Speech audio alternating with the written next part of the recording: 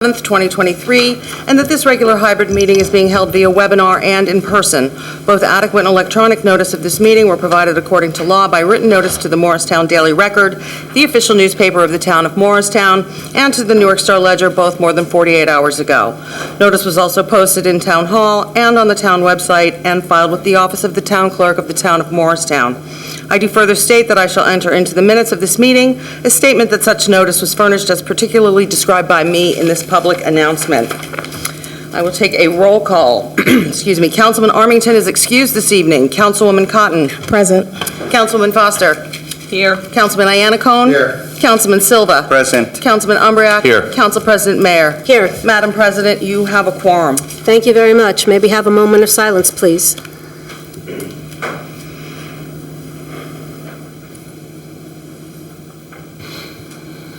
Thank you, everyone. Can you please stand for the Pledge of Allegiance? Pledge allegiance to the flag of the United States of America and to the republic for which it stands, one nation, under God, indivisible, with liberty and justice for all. Okay.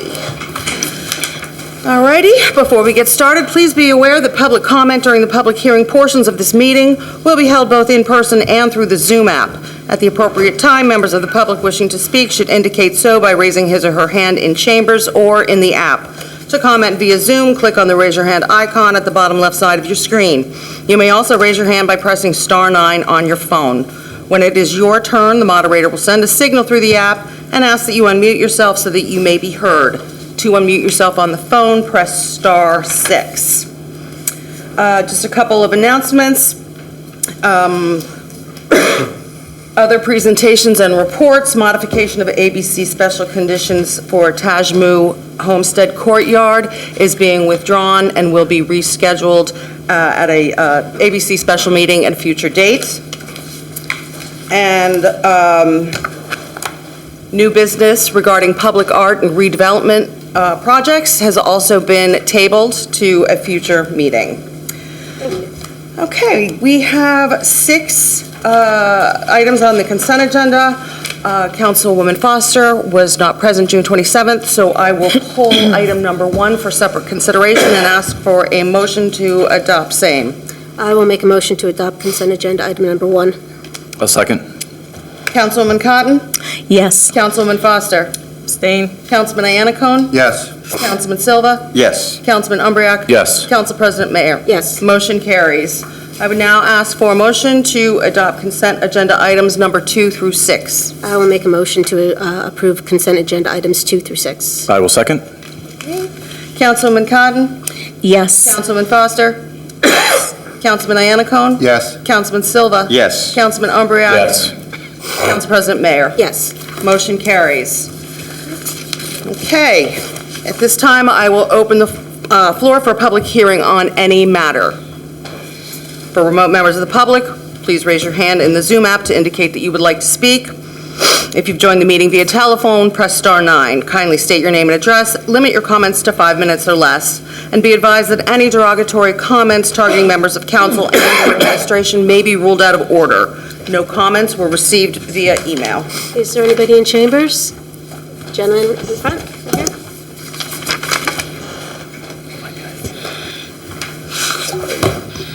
Good evening. I'm Ken Hoffman, 12 Hill Street, and I've come to you tonight to suggest a possible use for the old lumber yard.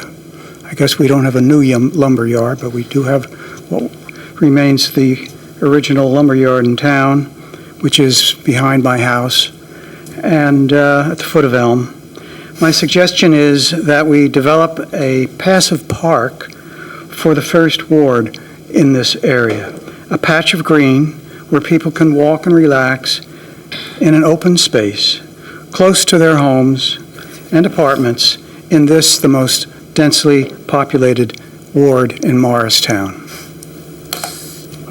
There is a park in New York City, in Little Italy, that inspired me to think about what we could do with the space where the lumberyard used to be. It's called the Elizabeth Street Garden. It's of similar size, in a very high densely populated area full of apartments surrounded by closely knit community with lots of storefronts and typical of Little Italy.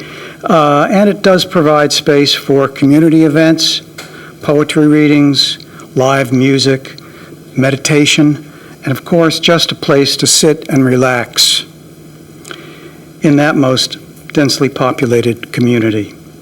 Our First Ward neighborhood in Morristown needs a similar space. Please consider developing the lumberyard as a passive park for our town. I don't know the status of the lumberyard, so maybe at some point you could reach out or explain what it is now in terms of whether it's privately owned or publicly owned, or whether the town owns it, and whether purchasing it could be done at a reasonable cost. Because I've heard both, and I don't know for sure. I'd like to get started, and I need some advice regarding the status of that property at some point. Thank you. Thank you, Mr. Hoffman.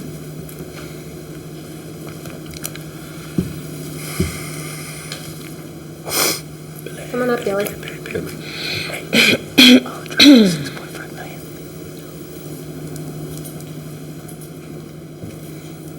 Good evening. My name is Bill Byrne, and I was wondering what's going on with the light that we're supposed to get up on South Street there as you're coming up Hamilton Avenue there. There's like this real bad intersection, and and I heard something about it.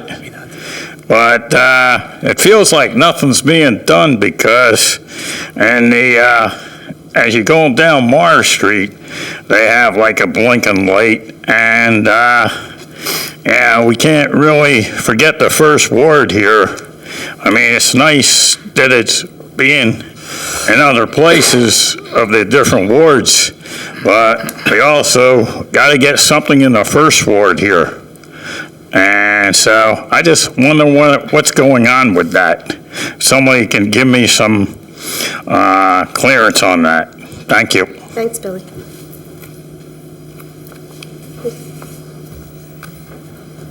Come on up.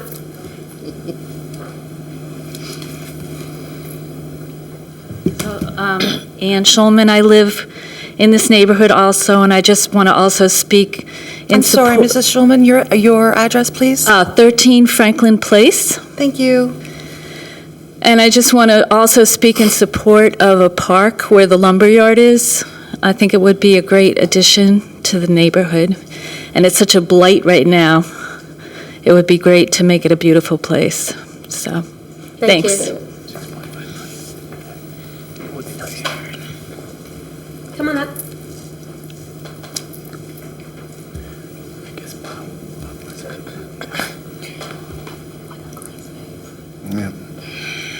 Hi, I'm Pam Hasagawa, and my husband and I live at 29 Hill Street. We've been there very close to 50 years, and we've been waiting for the lumberyard to turn into something acceptable. It was a lumberyard toward the very end of. It was a lumberyard when we first came, and I feel very sympathetic, agreeable with Ken Hoffman, and hope that that area could be turned into a park that people could enjoy. It's a beautiful space if it, had a chance to breathe. And I'm flabbergasted that in 50 years, almost 50 years, nothing's different except it's a little bit less tidy than it was. So I really hope that you will do whatever you can to help us brighten up the neighborhood and make a place where people can really enjoy the spot, because we love living here. Thank you. Thank you. Come on up, Miss Ace. Hi, everybody. I'm Kristen Ace. I live at 24 Franklin Street, and I just want to support my neighbors for the desire to have a passive park in Ward 1 at the old lumberyard. We are the most densely populated ward in the town. We share our space with the hospital and the police and many of the apartment buildings and many of the businesses in town. And we sure could use that space to have some relaxation and quiet repose and some nature. And because of where it is located, it would be easy for everyone in this town to come and use that park for the same reason. Thank you so much. Thanks. Thank you. Is there anybody else in chambers? No? Jillian, is there anybody online?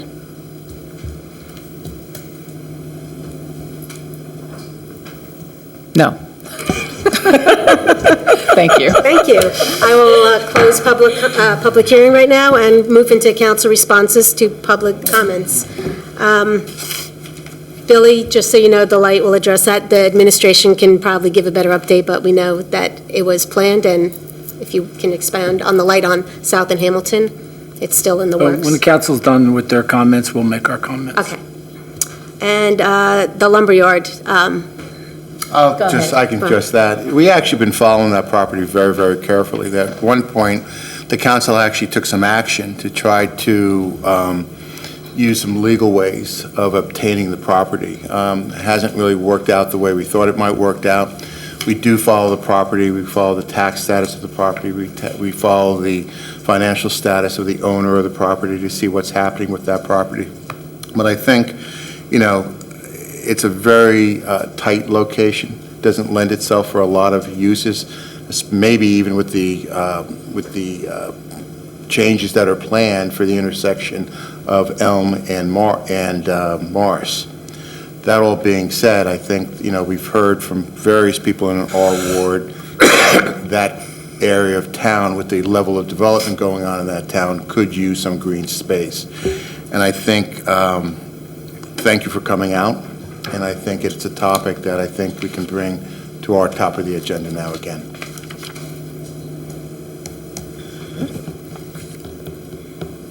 anybody else? Okay. Moving on, report of the mayor and town officials. Do DOT first. All right, before I can address Billy really quick, we're waiting on DOT. So it's in the Department of Transportation's hands. We're waiting on them. So we're ready to go, but we can't do anything until the Department of Transportation gets us where we need to get.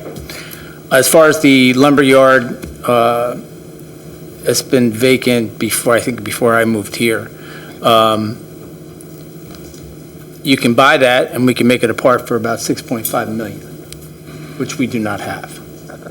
That is the asking price of that property. Bob is absolutely correct, Councilman Iannacone. We were pursuing, because we thought that it was going to be out of a certain individual's hands. It is still in that individual's hands, and he is marketing it actively at $6.5 million. It's a little bit overpriced for us, but we are in 100% agreement with the residents about a park. And maybe we'll get lucky. I don't know. Obviously, you can tell from the last 10 years, we take our parks serious. We're investing in our parks, and it would be a very nice area for open space. It's just the cost is too high right now. But we will keep Councilman Iannacone up to date. We'll actually give him a report on the status so he can have it for the next meeting, so you guys can have it. But thank you for bringing it up. But we're 100% with you. Before I go into my report, there's two things I want the council to be aware of. One is to keep the Callis family in their thoughts and prayers. Bobby Callis, fireman, passed away. His funeral was, wake was the other day and funeral. And also, everybody knows Libe, Charlie McCuskey, right? Everybody knows Libe worked for the DPW for many, many, many years. His son passed away, 25 years old, John. So please keep their family and him in your thoughts and prayers as he's going through a very, very, very trying time, and for the public too. Thank you. On July 4th, obviously, the town offices were closed to observe Independence Day. Sunday, July 9th, Diversity Day of Morristown Green was hosted by the Presbyterian Church and Diversity Coalition of Morris County, which was great. I was not there, obviously I was out of town, but those who attended, thank you. And we thank the Presbyterian Church. Thursday, the 13th of July, the Verizon 5K start and ends at MHS Early Street Lot. NIXL alerts will be issued in advance of the event. Thursday, July 13th.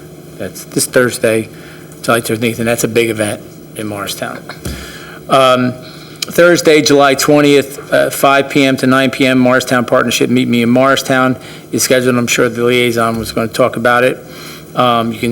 You can opine on that at the break time. It's morristown-nj.org. Tuesday, July 25th, at dusk, movie night at Ledgerwood Minions. The Rise of Gru. Bring low beach chair and blankets and enjoy. So that's on Tuesday, the 25th, at dusk, at Ledgerwood Park. Saturday, the 29th, Councilman Silva, Central Biblico's Hope Day Festival will be at Colwell Park. That's the 29th, from noon to 5, correct? And for more information, you can call at 973-292-0170, and we will post it. Located at the corner of Clyde Potts Drive and Flagler Street in Morristown. It's Colwell Park. It's music, games, and prizes, and there's a little card, but we'll get this posted. So again, that's the 29th. Do you have anything you want to add to it? We started this festival like 17 years ago at the Green, and for almost 14 years we did it at the Green, and it was a very good experience. We wanted to bring people from second and third ward to the Green, because not many people from that side come to this side. After the pandemic, we moved it to Colwell Park, and I think we're having a great success there. Part of the initiative of doing this is so people from all parts of the community come together, but also is educational for some members of the community on how to integrate into the community and be a part of a large community. So it's a great event. Thank you. Thank you, Councilman. On August 6th, mark your calendar for August 6th, noon to 6, Calvary Baptist Church Annual Family Fun Day at Caldwell Park. It is very well attended, and it's great to go down and meet a lot of people from Calvary. So that's August 6th, noon to 6. On Tuesday, August 8th at noon, and this will all be posted also, Division of Aging to host annual senior summer shindig in the Morristown Senior Center. Join us for music, food, and prizes. Any questions, you can call 973-292-6690 or email seniorscenter@townofmorristown.org, and it's usually very well attended. Our seniors love our parties we throw. So we'll get that out there, and I believe that's all I have. Anything else, Julian?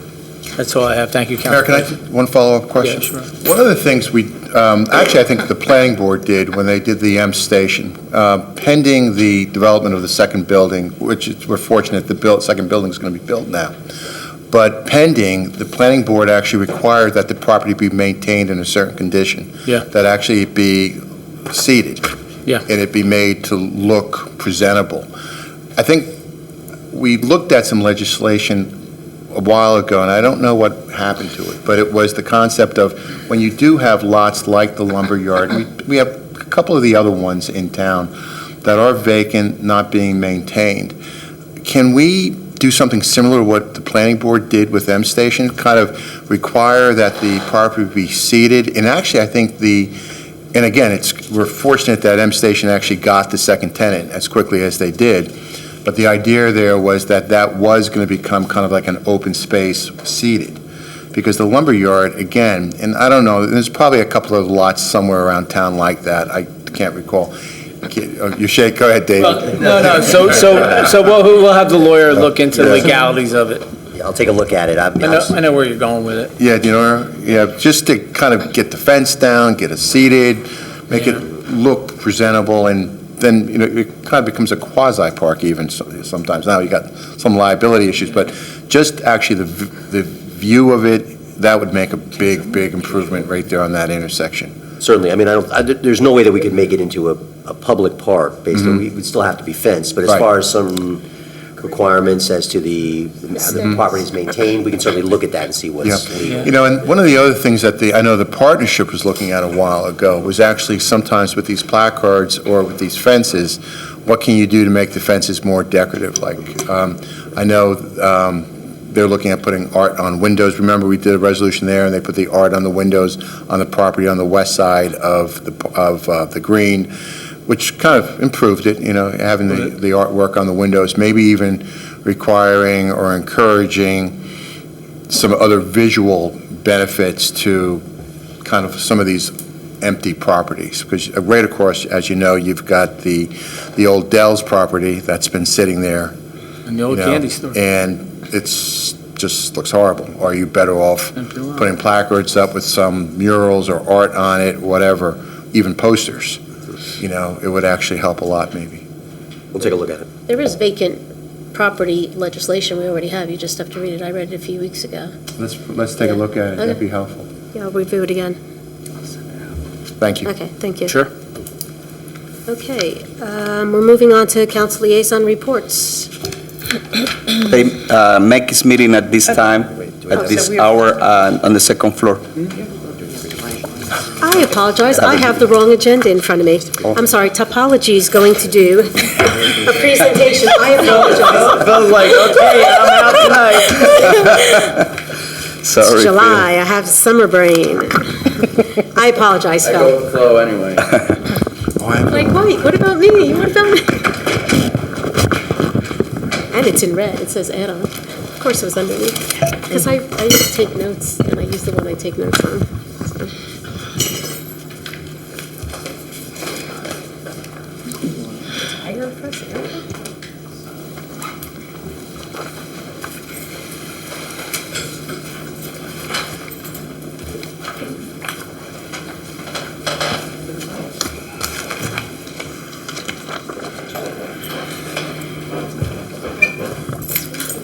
Where that was on the. Am I good size, Kevin? It's a joy to some people when they make mistakes. I'm here for that.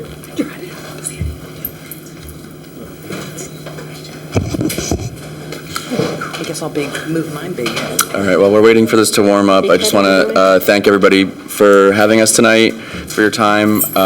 We're here to talk about a redevelopment plan that's on your agenda tonight for first reading introduction. So I'm going to talk a little bit through that for your benefit and for the public's benefit. I'm going to try to do it as expeditiously as possible, but if I skip over anything or if you have any questions, of course, you'll be able to ask. I also want to introduce Chris Colley from my office from Topology. He works with me regularly on Morristown stuff. I asked him to join me tonight so you could know him and he could know you. So thank you, Chris, for being here. Okay, so this is kind of what we're going to go over. And Morristown are like pros at redevelopment at this point. We've done a lot of it. We've used it very successfully in the state. But for those, especially members of the public, a redevelopment plan is very similar to a zoning ordinance. It's like a mini zoning ordinance and master plan for a specific piece of property. In this case, it's 2-10 Washington Street, which is the property pictured above. Everybody from Morristown knows exactly where it is, just without a map, just by looking at it, because it's a very visible piece of property at the corner of Washington and Bank and North Park Place. So this is not a site plan, it's not a blueprint for a building. This is really, again, a policy document and a regulatory zoning document. This involves 3 separate parcels. To the naked eye, it might look like 2 properties because you have the kind of old brownstone townhouse on the right and then what we call like the Schenck Price office building on the left.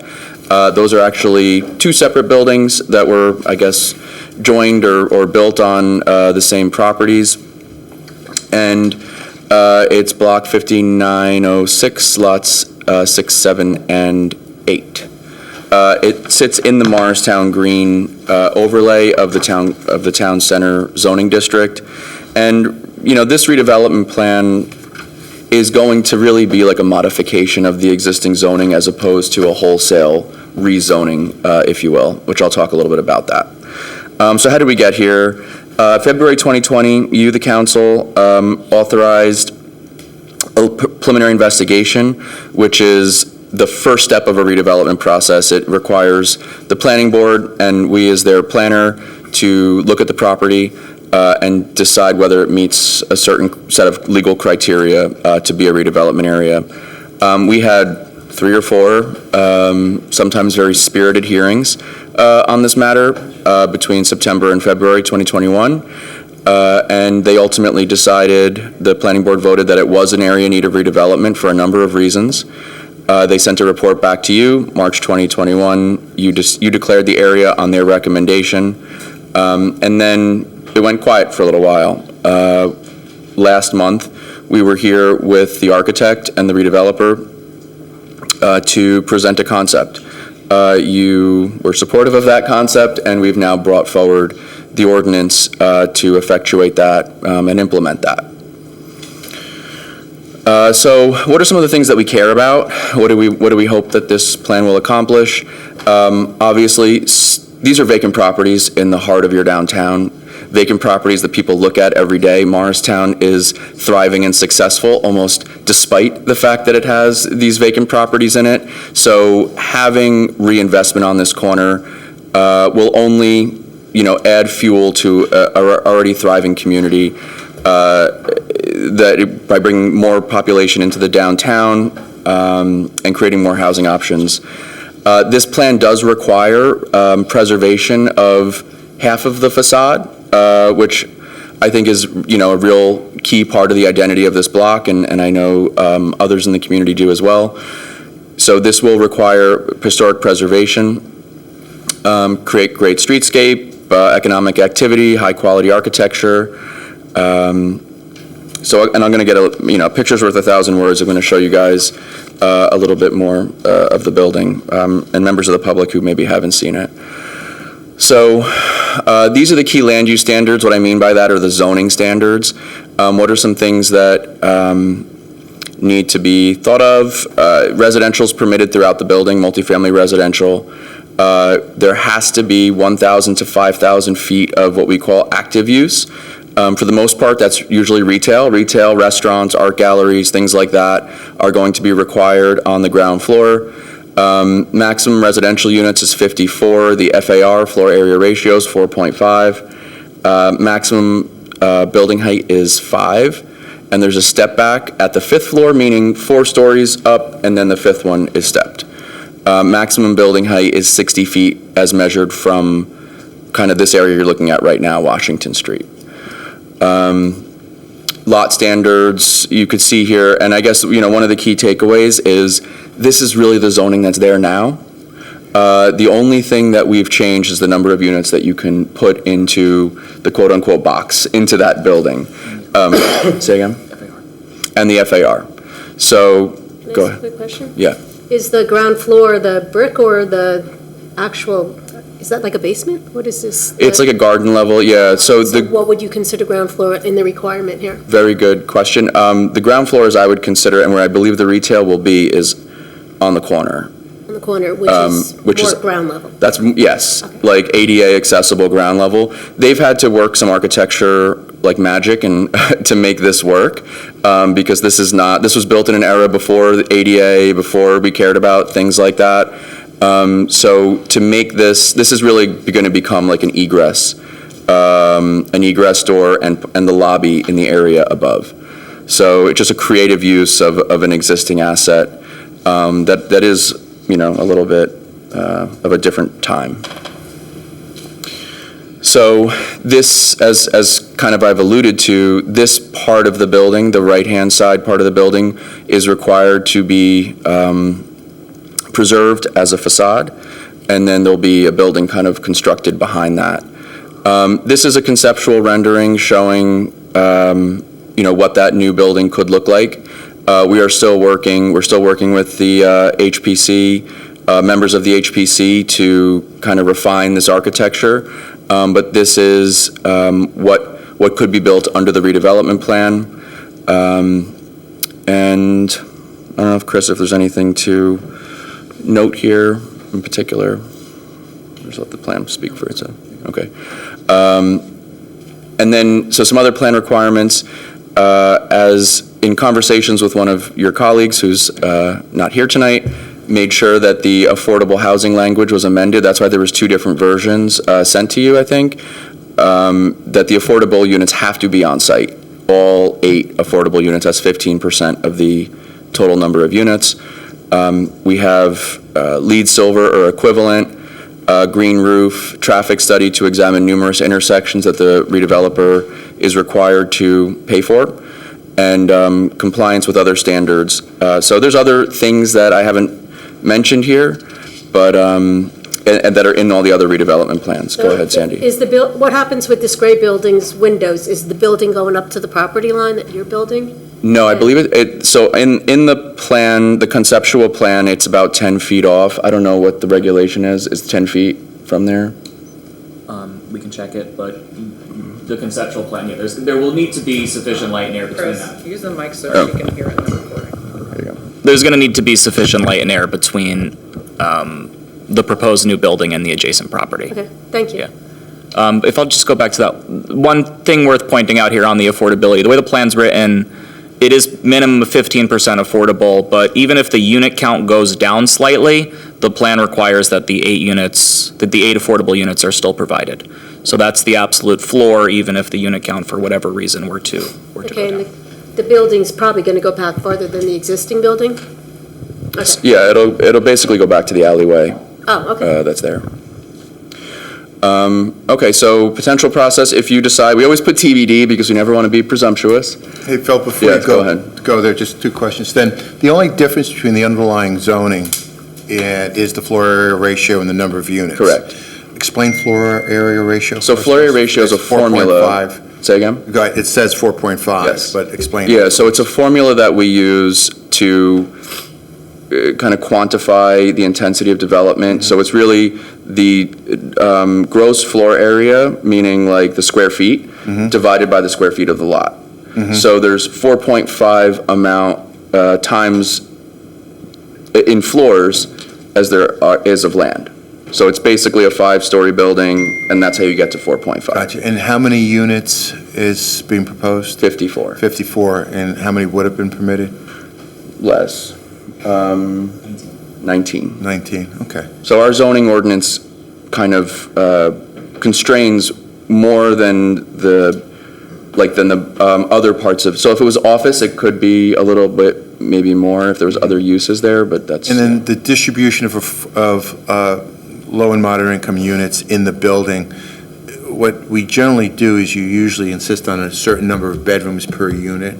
Will that? Right. Because it sounds like with the. So that's a state law. Because it sounds like with the intensity of the development, they're rather small apartments. They may be rather small apartments. Right. But with the affordable units that may have to support families and So they're going to others- have to be 20% 3 bedrooms, 20% 2 bedrooms, and then the rest can be studios and, Okay. but that's state law.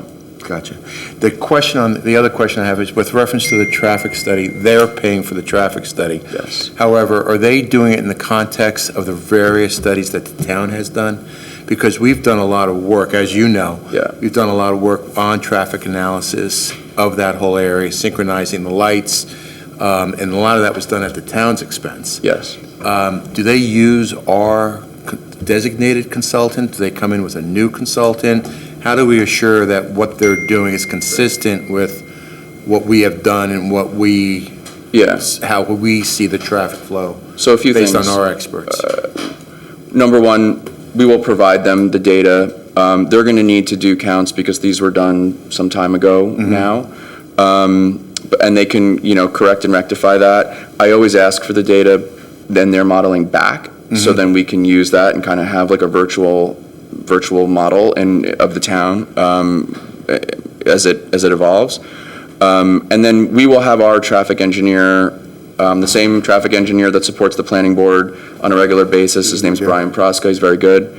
And that he will help us and help them when it comes time to really refining the nitty-gritty. I think we might even put some parameters from that he gives us into the agreement the RDA, the redevelopment agreement that's ultimately executed, we can put some specifications and parameters over and above that's what's in the plan about how data gets shared and what data gets used and things like that. Thank you. Yeah, Can you just go over the parking? How many parking spaces on site and how many in the garage again? good question. Is it 20 on site?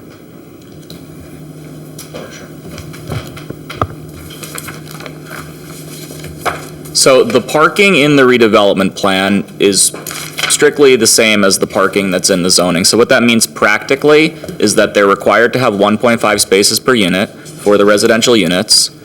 They're allowed to provide, under the existing zoning, up to 100% of those spaces off-site within 400 feet. But the concept plan that we saw that led us to this meeting, I don't have the exact number off the top of my head, but it had somewhere around the neighborhood of 20, 25 spaces in it at that basement level. And ultimately, like any number of these downtown projects that would be proposing parking off-site, like it's the responsibility of the developer when implementing the project to prove the access to the required number of spaces and to prove that it's within the radius of 400 feet that the zoning allows for. Okay. And do they have an agreement with the parking authority for parking in the garage or not? There's an ongoing, there's been a historic agreement between the owner of this building and all the buildings in North Park Place and the parking authority.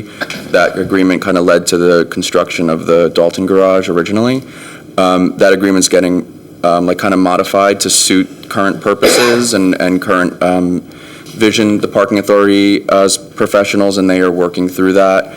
We've been in touch with them, and we've, guided our attorneys that as part of this redevelopment agreement, that ultimately will come before you, that needs to be very clearly spelled out exactly what's happening with the parking authority and where the spaces are coming from, and that, ideally that agreement would be attached or referenced at least in your agreement. But for the purposes for tonight and the purposes of zoning, which is kind of like what this document is, we're creating a specification, we're allowing them, there's no prohibition of doing it off-site, and I feel that, you're covered with regard to parking and how that transpires and what they construct on-site and what their deal is with the parking authority, they will bring to us, but we Is do. the Dalton garage within 400 feet of this building? It is, right?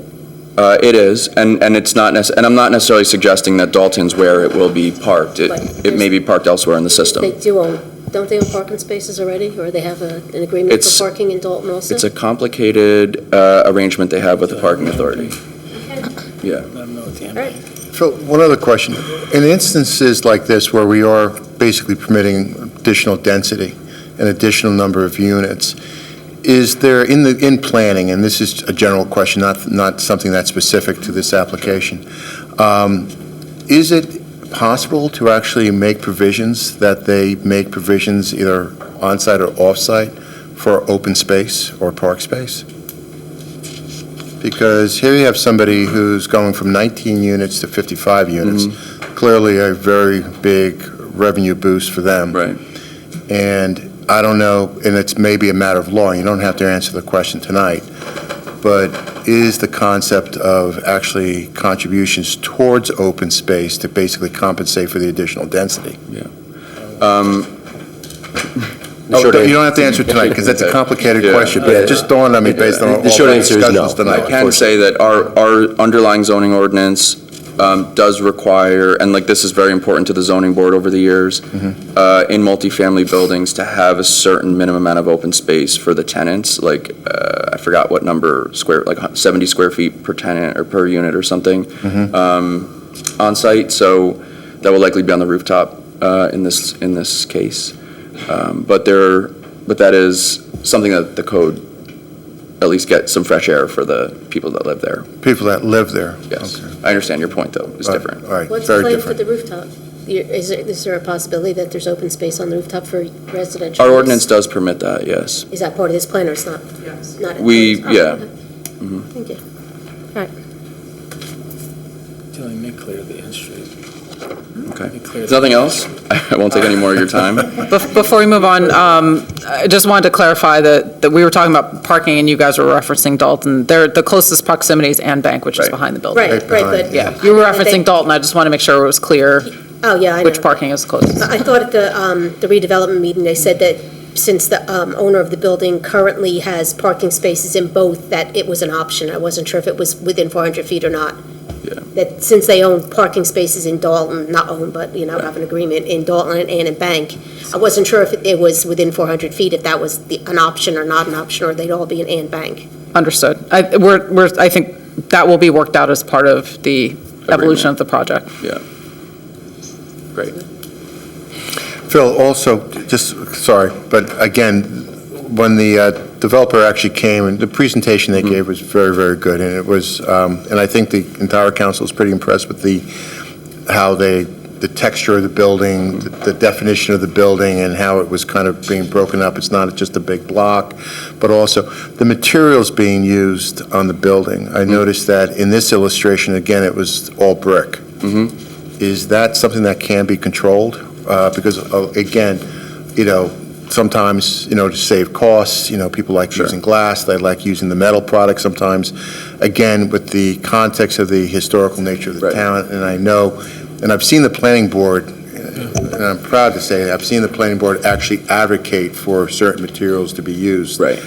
In this process that we have here, is there any control we have on the materials? So the nice thing about redevelopment is we as a community have a lot more legal control than just like what in the regular zoning ordinance. You as a council have more of a say over this because it's redevelopment. And the way that I look at this process, it's sort of like a V in terms of specificity. That we start out, this is going to be the least specific. It's going to say it has to be high quality, the texture has to, like some of the things the way you talked about it, aspirational almost type goals. And then when we get to the agreement, we have a lot of latitude of what goes in that agreement. We can include building specifications, we can include material specifications as attachments to that agreement. And then when it goes to the planning board, we treat that set of architecture plans as a contract with the town. So when they propose something and that planning board approves something, that's what my job is to make sure you get. So yes, we will know what it is. We're working closely with Ken Miller right now, who I think has a great eye and a great understanding of this town and sort of the simplicity that these buildings need to have to fit in. And that's what we're going to be working on between now and the next time we see you. Thank you. Stefan asked about the historic preservation with the building and the brick. Did you want to just go over that? I know he's not here, but it might be of interest. What makes it historical versus... Right. So I did, so what you're referencing, Councilman Armington, even though he's not here, he asked about why are you preserving one and not the other? And I talked to Ken Miller, the chair of the HPC, about that. And, really that corner building has had some hard years. First of all, when it was redone, we think sometime in the 60s or 70s as an office building. That first floor, that was not the original first floor the way it looks now. So a lot of that first floor design integrity has been removed. And then, as you know, after the planning board hearings, there's big holes in the roof. Water has been intruding through there. There was a colony of pigeons living in the attic for many years. And so when that happens to a building, it's what they call waste. And it begins to, you have to start taking pieces of the building away and replacing them with something else. And, basically what Ken said is, at some point, what are you preserving? When you're removing all this and repairing all this, it's basically a new building at that point. So the integrity of that building on the corner is not the same as the integrity one building in. That one does have integrity, that one does have a very clear identity. I think it's great that we've been able to keep it. It was a big kind of goal of Jillian and mine, and one that was not easy to accomplish. But we have the right team in place on the developer side, and they figured out how to do it. So I'm happy to have that happen. So in the building, the facade you're preserving, the windows, the windows are going to stay in line, and that's what Correct. Frank was talking about, trying to line them all up on the other Right, side. they don't line up. Oh, they don't line They're not going to line up, which is one of my favorite things as a Make it planner, separate? because it looks organic then. If sometimes you see these buildings that were made to look like separate buildings, but then every window lines up exactly. You're like, come on, who are you fooling here? But like when I go down Bank Street and Market Street, and I know that all those buildings that we built are separate buildings, it makes me feel like it's authentic. So this will feel authentic like that. What? Glad you're happy, Phil. Yeah. I was just wondering about those windows, because it's. They will not line up. They're going to be, so they're going to be lower. Those buildings, those windows are much taller, I guess you could say, yeah. All right, great, thank you. Cool, thanks. Does anybody else have any questions? All right, good. Thanks, Phil. Thanks, Chris.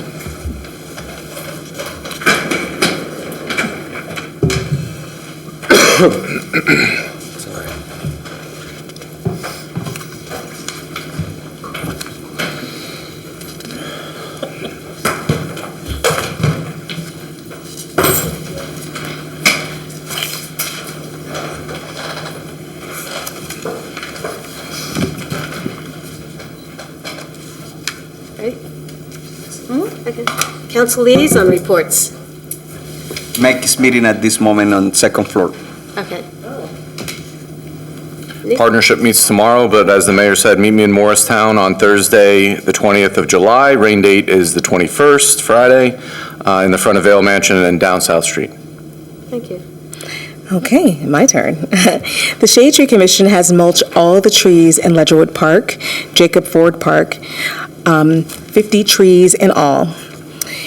They have prepared a new cardboard mulch bed in Ledgerwood Park next to the newly planted woodland garden for future planting. The first phase of invasive remediation on the Jacob Ford slope is a great success. It is now blooming with native annual corpses, I hope I'm saying that correctly, and partridge pea. This means that the seeds stayed well distributed on the slope, which is a tricky place to plant. Little blue stem native grass will start to come up next year and then eventually take over the slope, which holds the soil and moisture of the slope in place.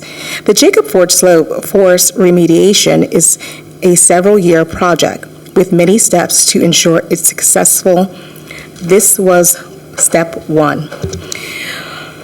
Shade Tree Commission thanks Joe Curlow and the DPW for removing the big invasives, everyone who did the back-breaking hands and knees, smaller removals, and Anthony DeVizio of engineering for the blanket which held the seeds in place. Please go to see the slopes. While it is blooming, it is teeming with butterflies and bees. It is beautiful, and Shade Tree Commission are very pleased. Shade Tree Commission continue their invasive removal work in Jacob Ford Park, keeping the porcelain berry vine at bay to save the evergreens and native shrubbery. They need our help. This is good immunity. The Shade Tree Commission is planning a cleanup, weeding, and mulching of Pocahontas Park in the fall. Details to follow soon. Chairperson Kristen Ace is helping a new Shade Tree Commission get on its feet in Cranford. The Shade Tree Commission will have its second annual meet and greet with Shade Tree Commissions from Summit, Chatham Borough, and Madison in August. At this meeting, they brainstorm together and help each other problem solve and support each other's projects. Thank you. Thanks. That's awesome. You don't have a report? The Housing Authority did not meet since the last meeting. Parking Authority's meeting now. They're doing their thing. So we're going to move on to regular business. Margaret? Okay. There is one ordinance for introduction tonight, and that's ordinance O-22-2023, an ordinance of the Town of Morristown, County of Morris, New Jersey, adopting a redevelopment plan titled the Washington Street Redevelopment Plan for properties located at 2, 6, and 10 Washington Street, and identified as Block 5906, lots 6, 7, and 8, as shown on the official tax maps of the Town of Morristown pursuant to the local redevelopment and housing law, NJSA 40A:12A-1 et sec. I will make a motion to introduce ordinance O-22-2023. I'll second. Any additional comments or questions? On the introduction of ordinance O-22-2023, Councilwoman Cotton. Yes. Councilwoman Foster. Yes. Councilman Iannacone. Yes. Councilman Silva. Yes. Councilman Umbriac. Yes. Council President Mayor. Yes. Ordinance O-22-2023 has been introduced properly by title and will be considered further after a public hearing on August 8th. There are two ordinances for public hearing and adoption.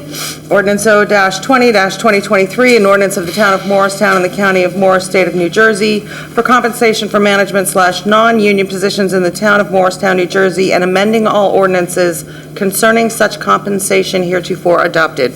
I'll make a motion to adopt ordinance O-20-2023. I'll second. At this time, I'll open the floor for a public hearing on ordinance O-20-2023 only. Okay, seeing none, I will close the public hearing. Any comments or questions? On the adoption of ordinance O-20-2023, Councilwoman Cotton. Yes. Councilwoman Foster. Yes. Councilman Iannacone. Yes. Councilman Silva. Yes. Councilman Umbriac. Yes. And Council President Mayor. Yes. Ordinance O-20-2023 is adopted. Ordinance O-21-2023, an ordinance of the Town of Morristown and the County of Morris, State of New Jersey, for compensation for the elected mayor, town council members, and council president in the Town of Morristown, New Jersey, and amending all ordinances concerning such compensation heretofore adopted. I'll make a motion to adopt ordinance O-21-2023. I'll second. At this time, I'll open the floor for a public hearing on O-21-2023 only. Seeing none, I close the public hearing. Any comments or questions on the adoption of ordinance O-21-2023? Councilwoman Cotton. Yes. Councilwoman Foster. Yes. Councilman Iannacone. Yes. Councilman Silva. Yes. Councilman Umbriac. Yes. Council President Mayor. Yes. Ordinance O-21-2023 is adopted. There are 7 resolutions for adoption this evening. Are there any that members of council would like to pull for separate consideration? I would ask, Yeah. I'm Can you sorry. put 108? sure. Any others? With that, I would ask for a motion to adopt resolution numbers R-104-2023 through 107-2023 and 109-2023 and 110-2023. Yes, I will make a motion to adopt those resolutions, 104 through 107 and 109, 110. I'll second. Okay, on the adoption of those resolutions, Councilwoman Cotton. Yes.